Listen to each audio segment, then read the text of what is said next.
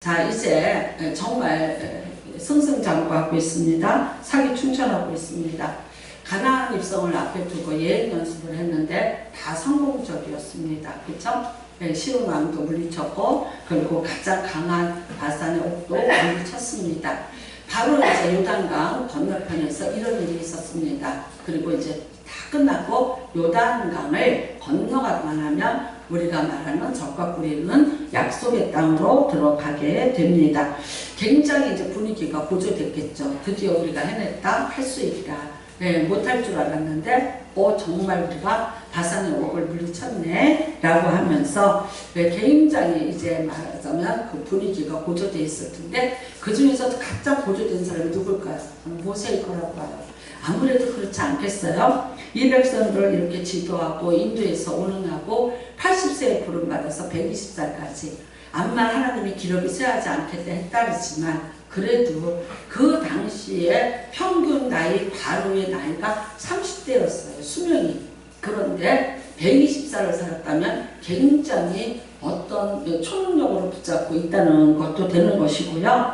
하나님이 뭐 기록이 쇠하지 않게 하셨다고 하겠지만, 그러나 얼마나 힘들었겠습니까? 그래도 여기까지 왔습니다.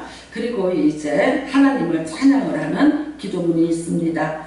그런데 그 다음에 뭐라고 하냐면 25절에 고아옵나니 그래요. 근데 이 고하다는 뜻이 그냥 이렇게 그냥 이게 아니라 굉장히 강경한 어조로 말하자면 협상을 할 때 쓰는 그런 어조입니다.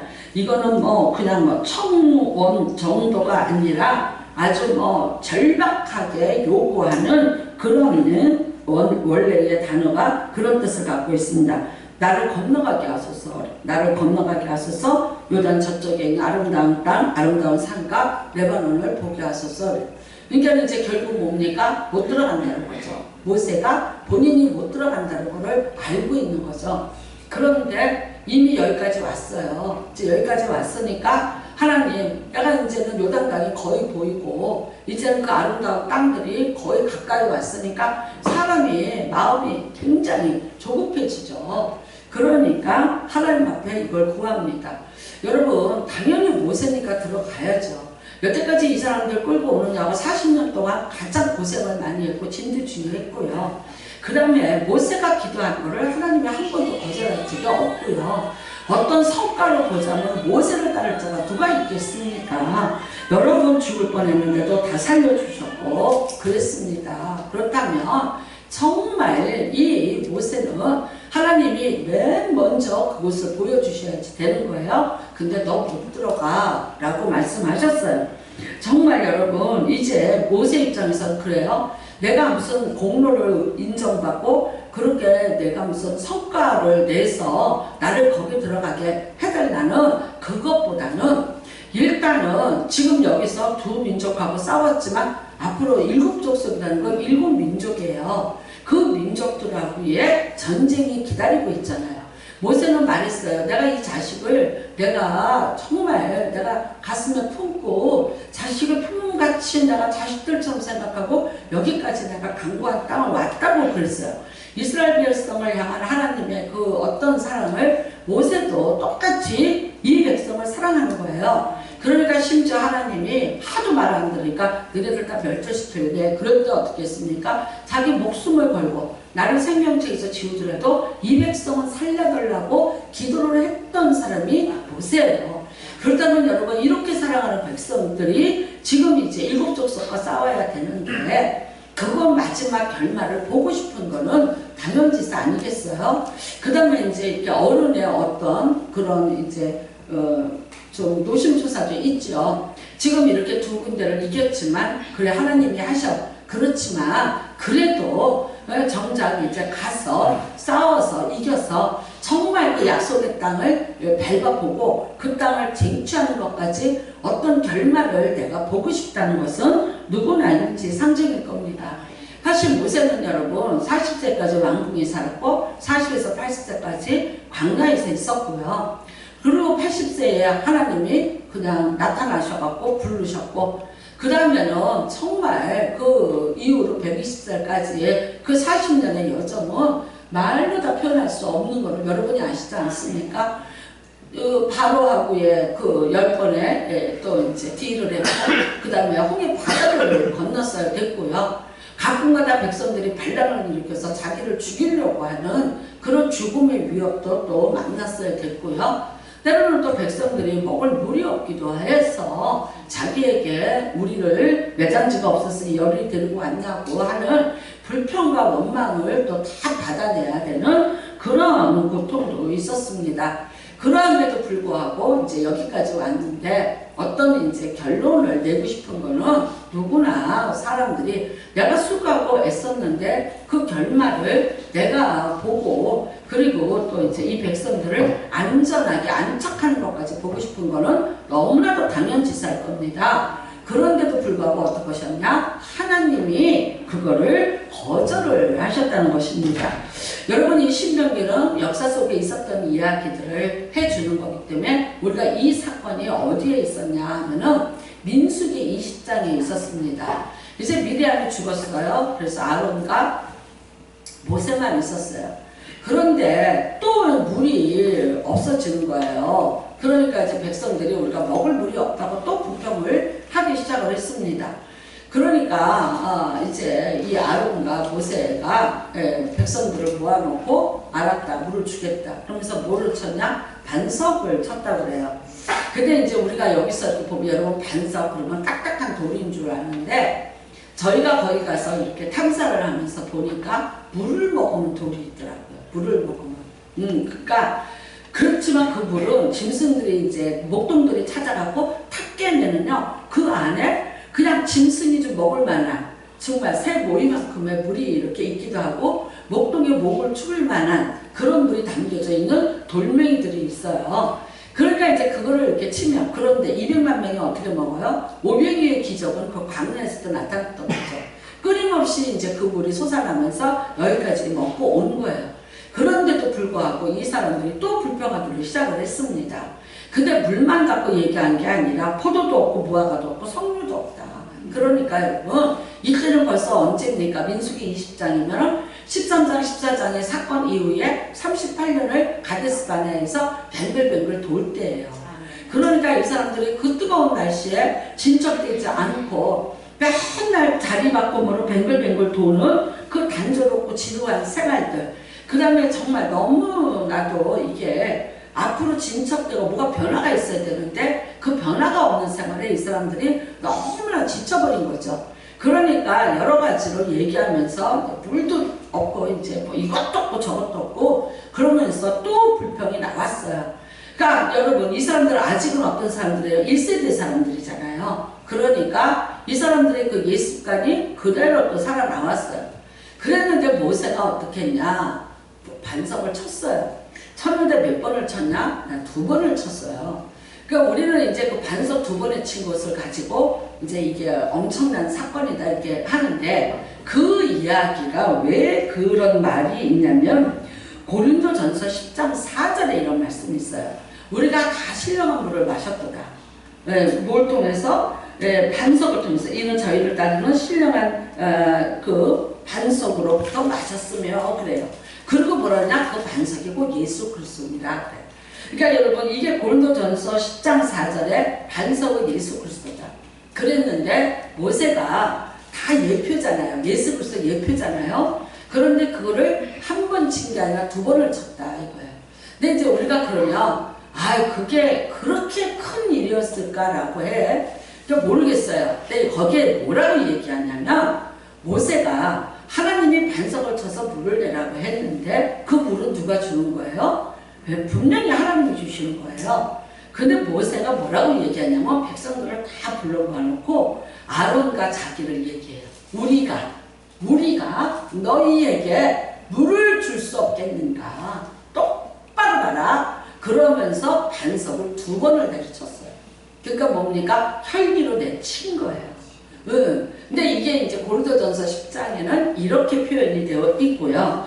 그 다음에 또 어떤 말씀이 있냐면은 우리가 시편 106편에 32절 33절에 보면 그것은요 뜻을 거역함으로 말미암아 모세가 그의 입술로 망령되이 말하였습니다. 그래요. 그러니까 뭐예요? 하나님이 그 물을 주시는데 우리가 우리가 물을 못 주겠느냐 너희한테 그러면서 했다는 거죠.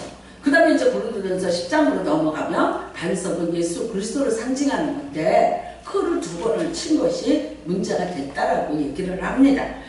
물론 여러분 이제 이런 걸로 인해서 민수기 20장 사건으로 인해서 너는 못 들어가라고 했어요. 근데 거기까지겠는가? 그렇다면 우리가 볼 때 하나님이 너무 냉정하시다. 좀 순간에 잘못했다고 혈기 한번 부렸다고 40년의 모든 공을 그런 식으로 다 없애는 하나님이신가? 너무 좀 부정하지 않으신가? 그러면 우리하고 다를 게 뭐 있을까? 그런 생각을 하잖아요. 여러분 여기에는 물론 이 사건도 있지만 출애굽기 3장 8절로부터 10절에 모세의 사명이 주어져 있습니다. 모세는 뭐를 하는 사람이냐면요. 백성들을 해방하고 인도하는 것까지가 모세의 사명이에요. 그러니까 3장 8절에서 10절에서 뭐라고 얘기하시냐면요. 내 백성들을 바로에게서 이끌어내라. 그 다음에 그들을 끌고 가나안 땅에 들어가는 사람은 누구예요? 여호수아가 할 것이다. 그러니까 내게 주어진 사명이 어디까지냐? 노예 해방. 그 다음에는 이끌고 거기서 나오는 데까지. 그래서 어디까지? 젖과 꿀이 흐르는 약속의 땅 거기까지. 그 다음에 그 땅에 들어가는 것은 여호수아예요. 그러니까 여러분 이거는 뭡니까? 하나님의 예정하심이에요. 하나님의 섭리였어요. 그러니까 모세가 아무리 가고 싶고 아무리 그럴지라도 하나님의 모세에게는 너는 이끌어내는 데까지만 해. 그러니까 가서 바로하고 10번을 아까도 말했지만 논쟁을 피고 이겼고요. 그 다음에는 이끌고 나와서 그야말로 40년을 그 광야를 4군데를 거치게 됩니다. 뿐만 아니에요. 우리가 생각할 때 시내산을 몇 번 올라갔다고 생각하세요? 8번 이상은 올라갔어요. 시내산 광야에서 2년을 머무르는 동안에 이 모세가 율법을 받으러 계속해서 하나님을 만나기 위해서. 네, 여러분 시내산 못 올라갔어요. 제가 아나니 이 중에서 올라갈 사람 없다. 한 사람도 나는 없을 걸로 알아. 모르겠다. 태어리는 올라가겠다. 못 가요. 산이요. 이렇게 돼 있어요. 이렇게 돼 있는데 낙타 타고 올라가요. 근데 있잖아요. 제가 말씀드렸죠. 낙타 주인들이 베두인족들인데 얘네들은 이래. 10달러 1,000원. 그러니까 다른 말은 못해. 근데 한국말 다 잘해. 안 돼. 이런 말 잘해요. 나도 중국에 그렇게 다녀도 이 말은 할 줄 알아. 메이요. 틀렸어. 안 돼. no. 그 뜻이에요. 얘네들도 그래. 안 돼. 그래요. 근데 제가 탈라 했더니 제가 안 틀어가 저를. 왜 자기 낙타가 힘들다. 이유가 뭐였겠는지 아시죠? 네. 그래서 제가 이랬어요. 그리고 조그마한 말린 사람보다 지 낙타 다 태우는 거예요. 그래갖고 결국은 아니야 나 얼굴만 커. 근데 제가 다리를 뻗으면서 나 가려줘. 아유 그래. 결국에는 맨 나중에 맨 늙은 낙타를 탄 거예요. 그런 데서 이 낙타가 바람난 낙타였어. 어떠냐? 젊은 암것을 쫓아가야 돼. 네? 그러니까 세상에 이렇게 올라가는데 아차 하면 여기 낭떠러지로 떨어지는데 이게요 모래산 같아. 그래가지고 모래가 드르륵 하고 떨어져. 모래는 아니야. 바위돌인데 바위가 깨진 자갈 같은데 이게 쭉 하고 쏟아지는데 그 쏟아지는 소리가 어떻게 밤중에 들리냐면 아련하게 들려. 그러니까 그 깊이 눈도 못 돌리지. 그리고 밤 12시에 올라갈 때 너무 뜨거워서 태양이 비쳐서 못 올라가요. 밤 12시에 낙하를 태고 올라가. 택배를 주고 그다음에 이제 어디쯤에서 내려요. 그 내리면 거기서 또 올라가는데 제가 뭐라는 건 장미꽃송이 같다 그랬어. 뱅글뱅글 돌면서 아무것도 안 보여. 그냥 이 앞에 돌멩이 이것만 보여요. 근데 이게 돌계단인데 이렇게 돼서 이렇게 막 몇백 겹이 쌓인 것 같은 그거를 올라가야지 신의 산이 되는 거야. 그러니까 여러분 난 낙타 타고 2번 올라가는데 한 번은 그래도 젊었을 때 올라가서 해가 뜨는 걸 봤어요. 근데 2번째는 갔더니 해 다 뜨버리고 없더라. 너무 늦게 가서 넘어서 그 시내산을 8번 이상을 등정을 했다고요. 얼마나 고생을 했나 보세요. 그런데도 불구하고 하나님은 어떻게 해요? 너는 안 돼. 너는 여기까지야. 여러분 이 말씀이 또 어디 있냐면요. 히브리서 3장에 보면 이 말씀이 나와요. 모세는 장래에 말할 것을 증언하기 위해서 하나님 집에 사환이었다고 말해요. 사환이었다고. 그런데 예수 그리스도는 아들이십니다. 그러니까 여러분 모세를 말하는데 단지 하나님의 나라를 위해서 장래에 말할 것을 위해서 부름받은 사환일 뿐이지 그가 구원의 주체도 될 수 없다는 거죠. 근데 이제 문제는 뭐냐? 이 모세가 들어가면은 어떻게 되냐? 신격화가 된다는 거죠. 여러분 이게 왜 어떻게 그랬대요? 느후수단 얘기를 여러분이 아시잖아요. 히스기야 왕 얘기할 때 제가 말씀드렸잖아요. 열왕기하 18장에 있어요. 자, 느후수단이 언제 만든 거예요? 민수기 때 만든 거예요. 근데 이 사람들이 그 히스기야 왕 때까지 이 느후수단을 갖고 있었다. 뭐예요? 노수로 만든 배. 그거를 신으로 섬기고 있었어요. 왜냐하면 우리가 광야에서 다 불뱀에 맞아 죽을 뻔했는데 저거 보고 우리가 살았어 라고 해요. 그러니까 어떻게 해요? 저거는 우리를 살려주는 왜? 그래서 뭐가 됐냐? 어떤 주문을 외우는 주술의 대상이 돼버린 거예요. 근데 이게 히스기야 왕한테 내려올 때까지 있었던 거예요. 그러니까 결국 어떻게 되냐? 민족의 신이 된 거예요. 여러분 그런데 만약에 모세가 광야에서 그 가나안 땅을 들어갔다면 어떻게 되겠습니까? 완전 신격화되는 거죠. 이 사람들은 애굽 땅에서 보이는 신에 그리고 우리 하나님이 보이지 않는 것에 대해서 이 사람들은 조금 불평이 있던 사람들이잖아. 그러니까 얼마든지 그 모세를 살아있는 신으로 그들이 추앙할 수가 있다는 거죠. 근데 어떡하냐? 하나님이 그를 막으시는 거예요. 그러면서 어떡하냐? 말씀만 들어가게 하는 거예요. 모세가 하나님에게 받은 말씀만 여호수아를 통해서 들어가는 거지 너는 여기서 못 들어가. 이거는 여러분 또 어떤 면에서 보면 이런 것도 있어요. 결국 모세의 율법은 여기까지. 하나님의 말씀은 계속해서 끊임없이 사역을 할 거지만 모세의 율법의 한계와 아들이신 예수 그리스도의 사역의 한계를 하나님이 여기에서 모든 것이 다 예표니까 선을 그어 놓았을 수도 있다는 것을 깨달으셔야 돼요. 왜 이렇게 복잡해요, 목사님? 맞아요. 하나님이 하시는 일들이 그렇게 복잡해요. 단순하지 않아요. 단조롭지 않아요. 그런데 우리가 너무나도 그 일을 내 생각과 내 방법대로 내가 원하는 대로 너무나도 하나님의 뜻을 단조롭게 생각을 하고 오늘 내게 생각되는 대로 내게 유익이 되는 대로 그렇게 하나님의 뜻을 우리가 각색하고 조작하고 그 다음에는 어떻게 하냐? 그것대로 우리가 하나님을 또 조종하고 통제하려는 죄를 짓고 있다. 때로는 이럴 수도 있다는 거예요. 이스라엘 백성들의 여러분 모세에 대한 어떤 그런 추앙과 그 위대함, 정말 살아서 하나님을 만났던 유일한 사람이었고 그 다음에 홍해바다를 가르던 그날 밤에 그 모든 것들 반석을 쳐서 물을 내고 메추라기를 끌어오고 그들의 삶 속에서 있었던 수많은 기적들을 그의 지팡이 하나를 가지고 하나님과 대면하면서 일으켰던 그 존재, 그 존재에 대한 추앙은 이루 말할 수가 없는 것이죠. 근데 하나님은 거기까지야 그래. 너는 구원을 줄 자가 아니야. 철저하게 모세의 우상화와 또 예수 그리스도의 사역을 여기에서 가능하기 위해서 모세는 못 들어가 그랬어.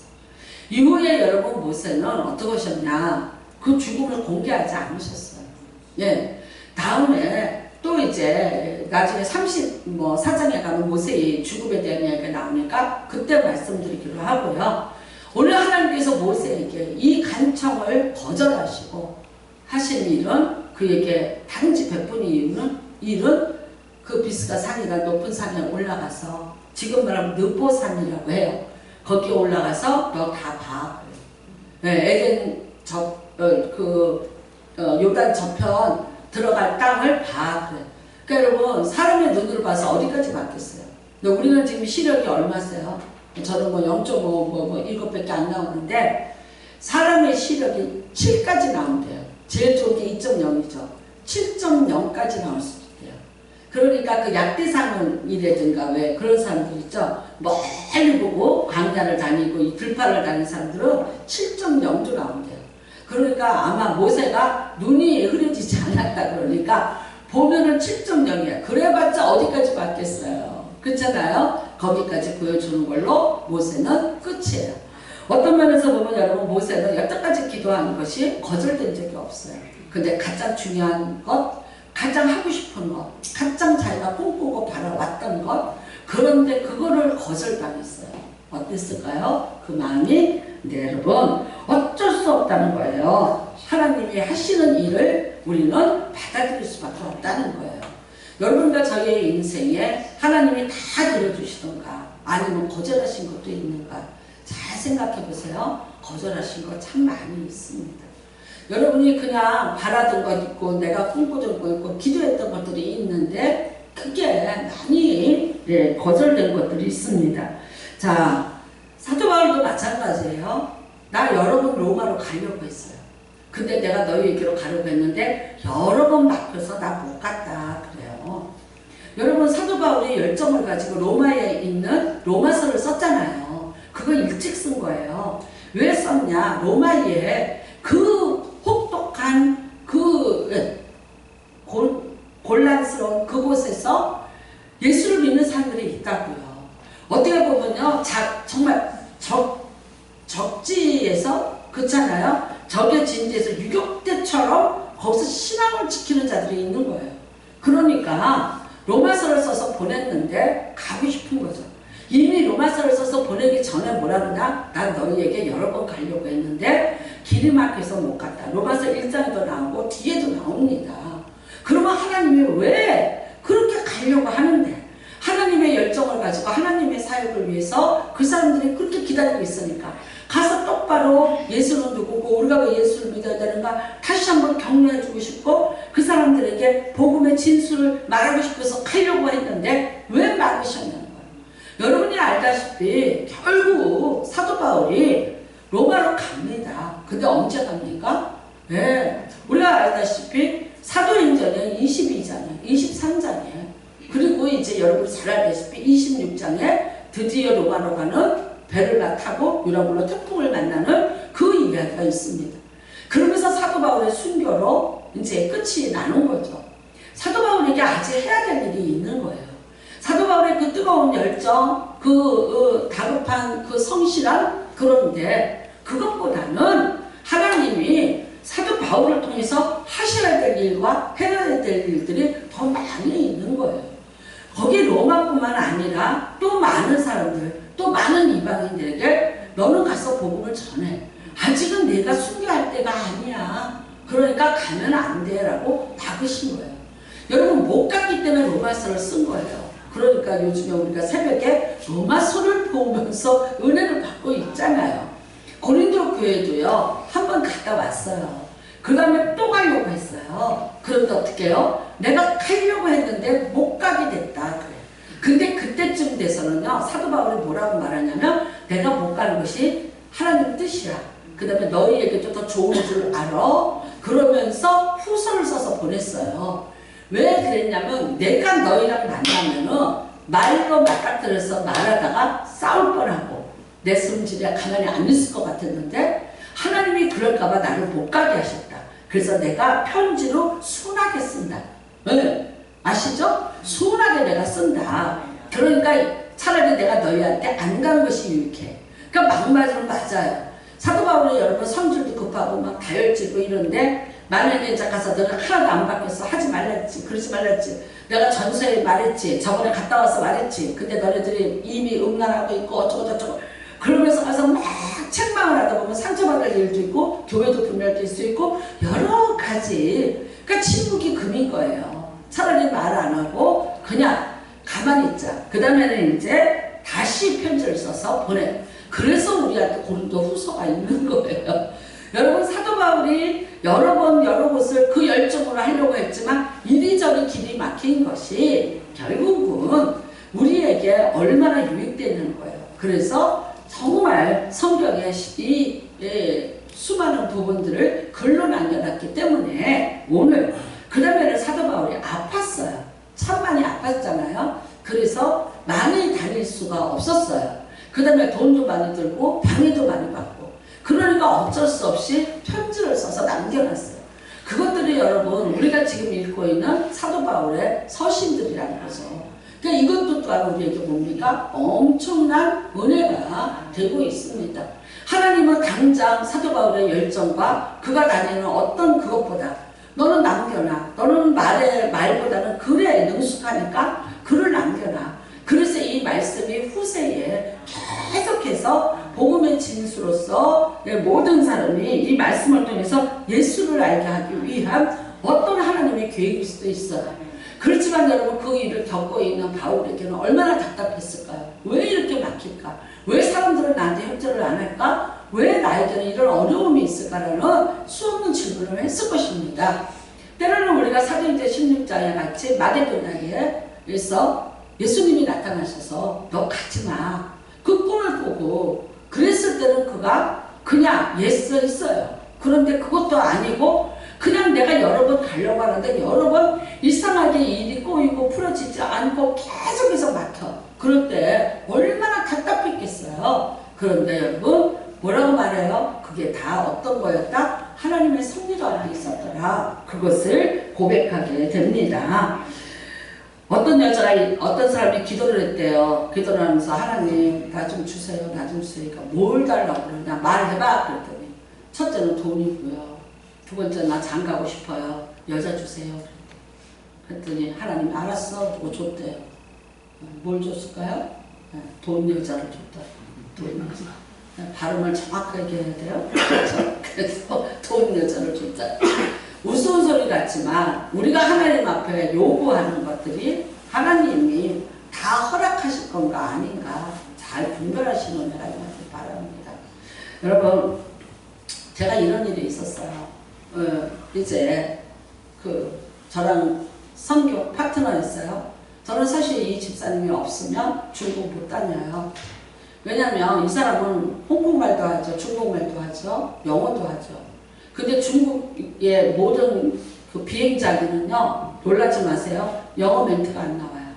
우리나라 같이 친절해 한국말 나오고 일본말 나오고 중국말 나오고 영어 나와. 우리나라는 공항에서. 그런데 중국은요, 지네들 자존심이 뭐라고? 이거요, 영어로도 안 나오고요. 오직 중국말로만 얘기하는 거예요.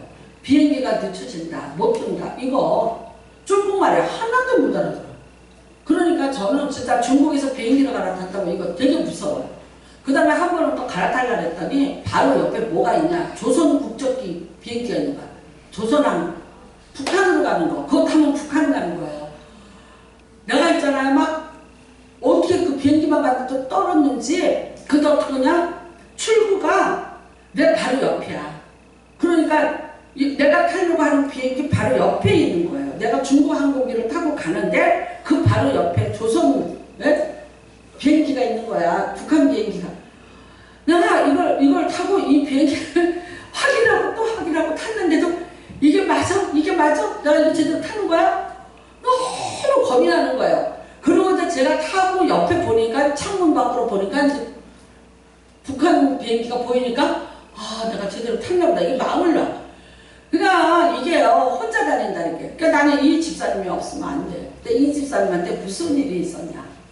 32살에 남편이 돌아가셨어요. 저는 이국 땅에서 아이들만 데리고 혼자 된 거예요. 혼자서 살았어요. 혼자서 계속 살았는데 갑자기 중매가 들어왔어요. 한국 사람이고 아주 직업도 좋은 데고 그런 분한테 중매가 들어오는 거예요. 교회 집사님을 통해서. 그래서 이제 중매가 이렇게 된 거예요. 만나고 있었어요. 근데 제가 이제 선교를 가려고 그 집에 간 거예요. 그 집에 가서 한밤을 자고 거기서 중국으로 들어가서 가요. 근데 목사님 날 축복해달라는 거예요. 날 축복해달라는 거예요. 그러면서 그 얘기를 쭉 하는 거예요. 그래서 제가 본인한테 물어봤어요. 본인은 어떻게 응답을 받았냐. 그랬더니 하나님이 선물이라고 응답을 받았다는 거예요. 그래서 그러냐. 본인도 기도하는 사람이에요. 근데 하나님의 선물이라고 받았대요. 그래서 기쁨이 충만하고 행복이 충만한 거예요. 오랫동안 혼자 살았어, 젊은 여자가. 그 마음이 무슨 마음인지 알겠어요. 얼굴에 행복으로 그냥 가득 찼어요. 그래서 알았다 그랬어요. 기도를 해보자 그랬어요. 그리고 기도를 했어요. 했는데 매요. 나는 아닌 거예요. 나는 아닌 거예요. 밤새도록 싸웠어요. 야곱처럼 내가 하나님하고 싸웠어요.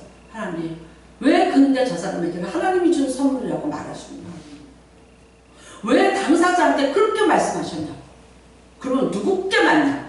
저도 하나님의 이름을 부르고 기도하고 나도 지금 하나님의 이름을 부르고 기도하는데 누구 말이 맞냐고. 내가 이거를 뭐라고 얘기해야 되냐? 나는 당장 내일 이 사람하고 같이 중국으로 들어가서 일주일 동안 선교를 다녀야 돼요. 내가 사람의 눈치가 보이겠어요? 안 보이겠어요? 여러 가지로 나는 이 사람이 없으면 지금 기주석까지 못 가요. 그런데 어떡하라고? 밤새도록 기도를 하는데 아니다. 그러면 이유를 대셔라. 없어요. 그냥 아니다. 간단해. 아침이 됐는데 아이나 달라요. 밤새도록 거기서도 뒤척이고 나도 뒤척인 거예요. 목사님 분명히 응답 받았을 거예요. 얘기하셔라. 말을 못하겠더라고요. 무릎을 탁 꿇고 앉으면서 지금 저한테 축복해 주세요. 이 결혼에 대해서. 저는 그때까지 난감했던 적이 정말 어떻게 해야 되나. 근데 내가 발랑같이 거짓말할 수는 없잖아요. 그래서 제가 이렇게 말했어요. 나 응답 못 받았어. 미안해. 내가 더 기도해볼게. 날 시간을 줘. 근데 뭐라 그러냐면요. 손을 갖다가 머리다 갖다 대면서 날 축복하세요. 아무 말 못했어요. 그러고 나서 같이 기차를 타고 광저우로 들어가서 광저우에서 비행기를 타고 귀주까지 가고 같이 한 방에서 침대에서 같이 자면서 있는 그 시간 내내 얼마나 제가 힘들었을까 한번 생각해보세요. 그리고 본인은 자꾸 저를 설득하는 거야. 말. 내가 지금 얼마나 행복한지, 그 사람이 어떤 사람인지, 어떤 상황인지 라고 얘기를 하는 거예요. 놀랍게도 나중에 저한테 되더라고요. 그래서 저 말고 어떻게 했냐. 언니가 다니는 교회 목사님에게 이 기도를 부탁을 하는 거예요. 여자 목사님이셨어요. 네, 그 목사님이 뭐라 그러냐? 하나님이 축복이다.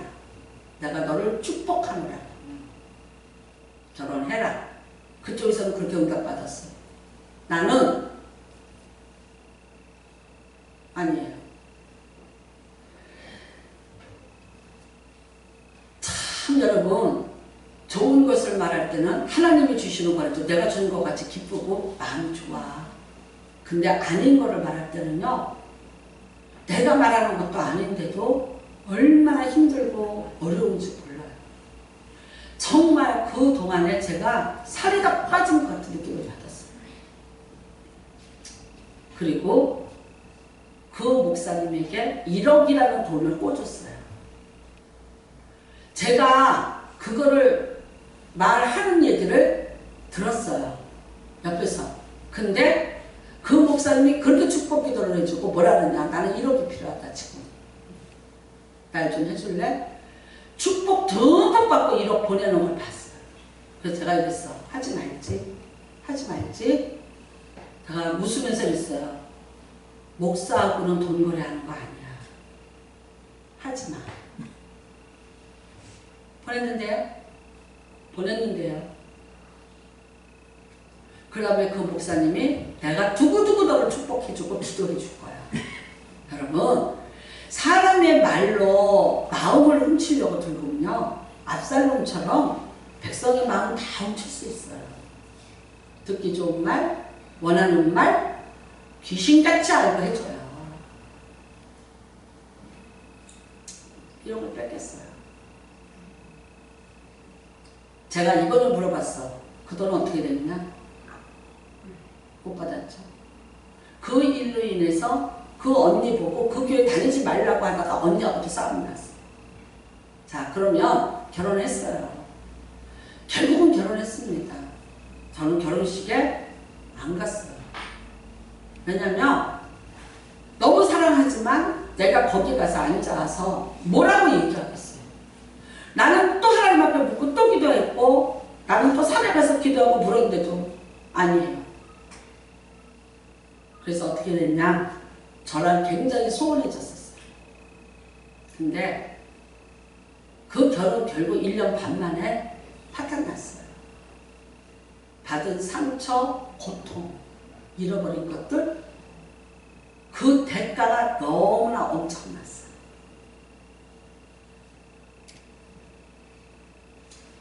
일 년 반 만에 끝이 났어요. 그 다음에 저한테 해주는 말이 이거예요. 많은 목사님들한테, 많이 기도한다는 분들한테 자기의 결혼에 대해서 던졌다. 근데 끝까지 이 결혼을 하면 안 된다고 말하는 사람, 목사님은 한 사람이 있어요. 여러분, 이제 돌아왔어요. 그 마음이 저한테로 돌아왔어요. 아멘. 그러나 그동안에 너무나 많은 것들을 잊어버린 거예요. 잃어버린 거예요. 상처, 고통, 아픔 너무나 많이. 이번에 같이 잠을 자고 밤을 새면서 얘기를 했어요. 그리고 풀었어요. 우리가 풀어냈어요. 그 다음에 하나님이 거절하시는 거. 여러분, 이것 또한 또 우리가 받아내야 돼요. 다니엘이 말했잖아요. 그리 아니하실지라도. 수많은 사람들이 이게 하나님의 뜻이다 아니다 말해줬는데 그거 거절하고 왜 나를 축복하지 않냐. 내가 이거 하면 안 돼요. 지금 하지 마세요. 왜 나를 축복해 주지 않냐. 왜 나한테 한 번도 또 좋은 말 안 하고 축복 안 하냐고. 여러분 어떻게 드릴까요? 좋은 말 해드릴까요? 살살 비유 맞힐까요? 웃으면서 내가 기생처럼 여러분 마음을 살살살살 긁어가면서 달래가면서 좋은 말 해가면서 축혀 올려서 오면서 당신 없이 나 못 살아 하면서 해볼까? 그 다음에 나타나는 결과에 대해서 그거 누구 거예요? 그리고 말 바꿔요. 난 몰라? 내가 언제 그랬어? 선택은 자기가 하는 거지? 그 결과에 대한 책임 본인이 하는 거지? 아무도 거기에 대해서 책임져 주는 사람이 없어요. 여러분, 하나님이 때로는 여러분과 저의 이야기를 나 모세처럼 하나님 앞에 내 성과가 있는데, 나 이만큼 했는데, 나 이렇게 했는데, 당연히 나 그렇게 대접받아야지 라고 했는데 거절당하실 수 있어요.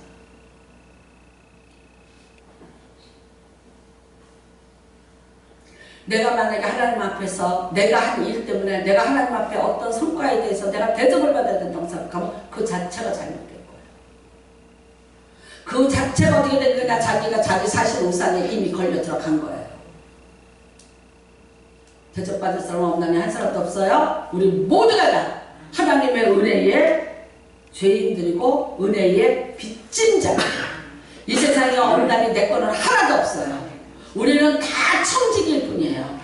어떤 것이 내 거에서 내가 이거 이렇게 하니까 내가 이러니까 하나님 나에게 이렇게라고 말할 수 있는 사람이 세상에 온다니 하나도 없어요. 모든 것이 은혜예요. 모든 것이 다 은혜일 뿐이야. 하나님이 주시는 은혜예요. 근데 그 은혜 안에는 거절도 있고 승인도 있어요. 여러분이 원하시는 대로 다 해주지 않아요. 여러분이 바라는 대로 다 해주지 않아요. 정확히 얘기할까요? 우리가 어린아이가 뭐 해달라는 걸 다 해주나요? 아이가 뭘 달라는 걸 다 주셨나요? 그렇게 키운 아이들이 나중에 세상에 나가서 자기 마음대로 자기가 원하는 대로 되지 않고 주지 않으니까 사회에 적응을 하지 못하는 아이들이 됐어요. 완전히 공주님으로 키워놨더니 세상에 나갔더니 자기를 왕자라고 인정 안 해주고 공주라고 인정 안 해주니까 세상에서 그들이 숨어버리는 자들이 됐고요. 그리고 뭐 결혼을 했는데 내가 왕자가 아니고 내가 공주가 아니라는 그 말 한마디에 그들이 모든 것을 다 접어버리고 던져버리고 다시 그렇게 인정해주는 부모 품으로 돌아오는 캥거루족이 돼서 자립을 못하고 자기 인생을 살아내지 못하는 사람으로 살아가더라. 신앙도 마찬가지입니다. 하나님이 승인해 주는 것보다 거절에 여러분이 더 능숙하시기를 주의 이름으로 축복합니다. 내가 바라는 것보다 내가 바라지 않는 것을 해주실 때도 여러분 그렇게 거절하셨을 때도 아멘이라고 하시기 바랍니다. 다니엘처럼 기도하십시오. 그리 아니하실지라도 내가 풀무불에 들어가서 내가 죽을지라도 나를 건져주지 않을지라도 그 이야기 그게 신앙인 거야. 그리 아니하실지라도 나는 내 하나님을 잊지 않겠다. 나는 지금도 저기 저 자리에 성경책 하나가 그냥 있어요. 요즘에 내가 계속 페이스북에서 보고 카카오 스토리에서 보니까 시를 쓰고 시책을 내고 굉장히 활동을 하고 있어요. 근데 언젠간 내가 성경책 가지러 올 수 있을까 그 자리가 두래요. 저는 두고 기다리고 있어요. 하지 말라고 했어요. 하지 말라고. 제가 기도해보고 하지 말라고 했어요. 그 다음에 저 갖고 설득이 안 돼서 제가 청와니까지 다 동원을 해서 안 되는 이유에 대한 설득을 시켰어요. 근데 했어요. 했는데 안 됐어요. 그런데 왜 하나님은 왜 떠나요? 하나님 왜 믿었어요? 그러면 나 잘해주시니까? 나 잘해달라고? 나 복 달라고? 하나님을 만신전에 무슨 무당처럼 섬긴 거예요. 그거는 하나님을 빙자해갖고 무당이 굿하듯이 예수 믿을 거예요. 여러분 환난도 겪게 해요. 고난도 겪게 해요. 어려움도 겪게 해요. 때로는 필요하면 하실 수 있는 분이 하나님이세요. 그 모든 것이 내게 유익하다고 고백하게 하시는 분도 하나님이세요. 하나님 믿어서 여러분이 부잣길 가고 하나님 믿으면 꽃밭길 갔다고 누가 가르쳐줬어요? 누가 하나님이 축복만 하신다고 누가 가르쳐줬어요? 여러분의 마음을 훔치면서 잘 될 거예요 위로해주면서 달콤한 말로 유인하고 있어서 나중에 도둑질을 당해도 누구한테 가서 하소연 하실 거예요? 질서를 따라서 사세요. 정확히 사세요. 하나님은 그런 건 아니에요. 하나님은 여러분 다 누구나 다 여러분이 기도해도 하나님은 바로바로 응답해 주세요. 아니 나는 기도하면 응답 안 돼요. 나는 뭐가 뭔지 모르겠어요. 모르는 것도 응답해요. 여러분이 뭔가 나는 메시지를 못 들어요. 그럼에도 불구하고 내가 더 믿음으로 하나님 앞에 내가 믿습니다라고 나가는 것도 믿음이고 신앙이에요. 어쩌면 여러분 그것 때문에 하나님이 나를 훈련시키고 있는지도 몰라요. 내게 왜 이렇게 해주시지? 왜 이걸 주시지? 왜 안 주시냐고 우리가 수없이 질문해요. 저도 해요.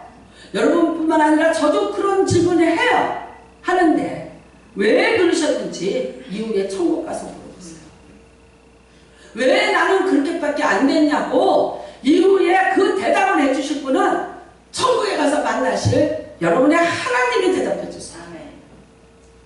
인간은 사람이라는 것은 이 땅에 살면서 내가 하나님을 믿는다는 것은 내가 그 어떤 상황에서도 감사하는 거예요. 거절하셔도 감사해요. 여러분 나를 외치셔도 감사해요. 내가 원하는 대로 바라는 대로 되지 않을지라도 감사하는 거예요. 그 다음에요. 하나님은 또한 우리 인생을 위해서 먼저 준비하고 계시는 분이 하나님이세요. 누구 입으로 된다고 말하고 누구 입으로 됐다고 말하고 누구 입을 통해서 들어야가 되는 것이 아니라 여러분의 하나님은 사람이 알기 전에 사람이 그렇게 말하기 전에 이미 여러분을 위해서 가장 좋은 것을 준비하고 계시는 거예요. 그 다음에 나는 어떻게 고백하는 게 신앙이냐? 맞습니다.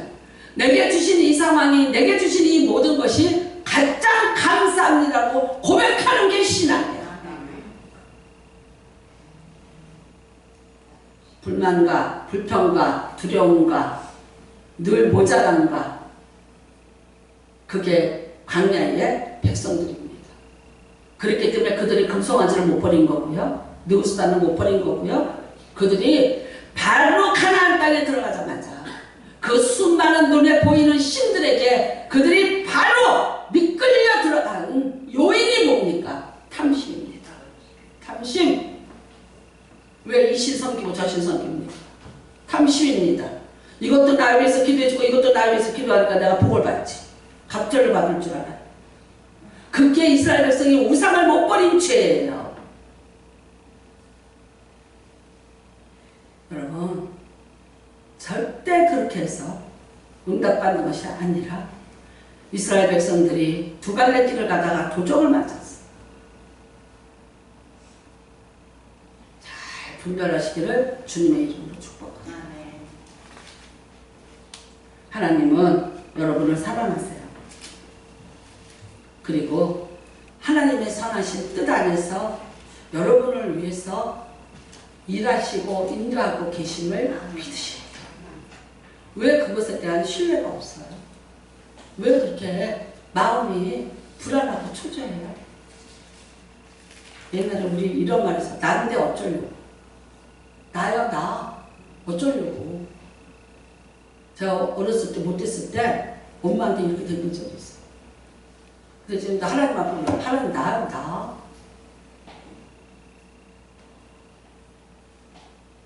깡이야. 난 쓸만하다고 봐. 하나님 나요 나.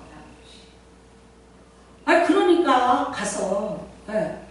제가 말씀드렸죠. 저희 엄마는 언변이 낮다고. 저는 아버지 닮았어요. 그러니까 맨날 이렇게 기도했어요. 하나님 명숙이 아시죠? 아시죠 명숙이? 그 다음 명희 아시죠? 하나님 아시죠? 그것밖에 몰라. 우리 엄마 말을 못해. 근데 어느 날 옥산에 갔더니 자기 식대로 하더래. 그래서 제가 뭐야? 그랬더니 무슨 얘기요? 그랬더니 아시지요 주님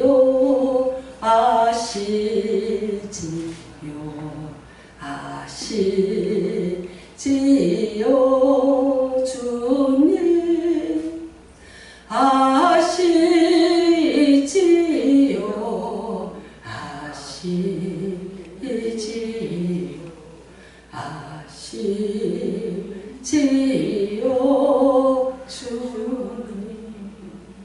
알아.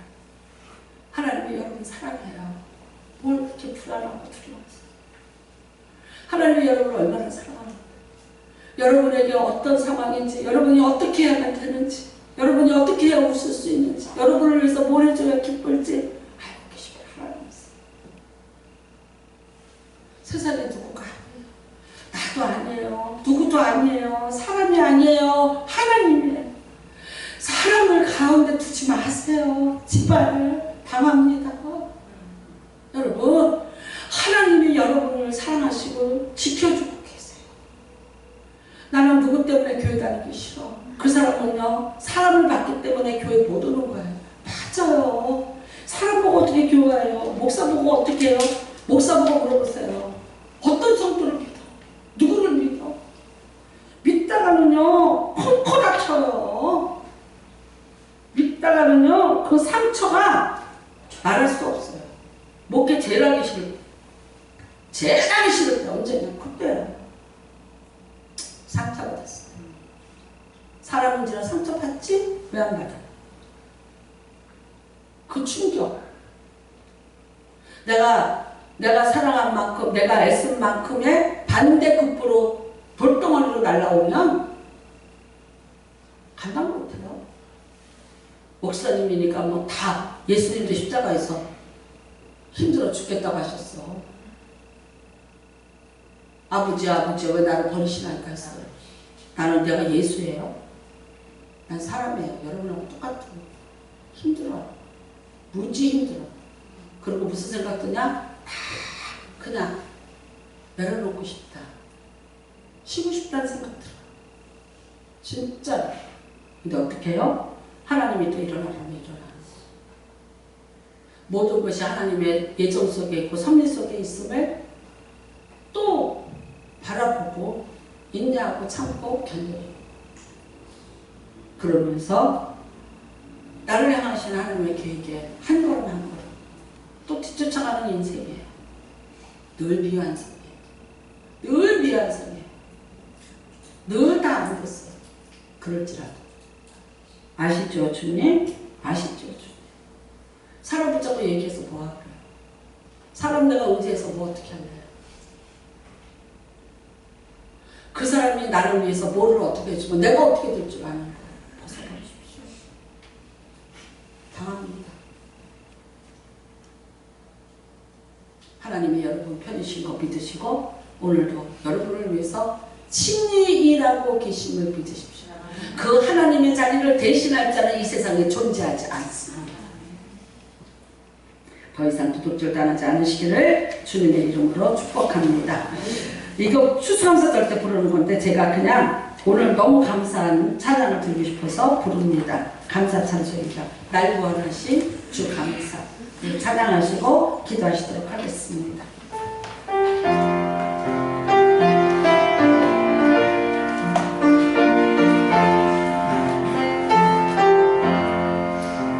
날 구원하신 주 감사 모든 것 주신 감사 지난 추억의 감사 주님의 곁에 계신 향기로운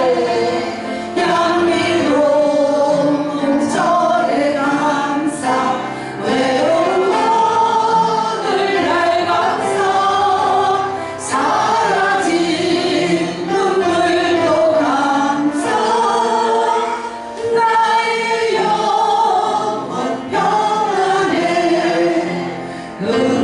응답하신 기도 감사 거절하신 것 감사 배처럼 높으신 감사 모든 것 채우시네 아픔과 기쁨도 감사 절망 중 위로 감사 증량 못할 은혜 감사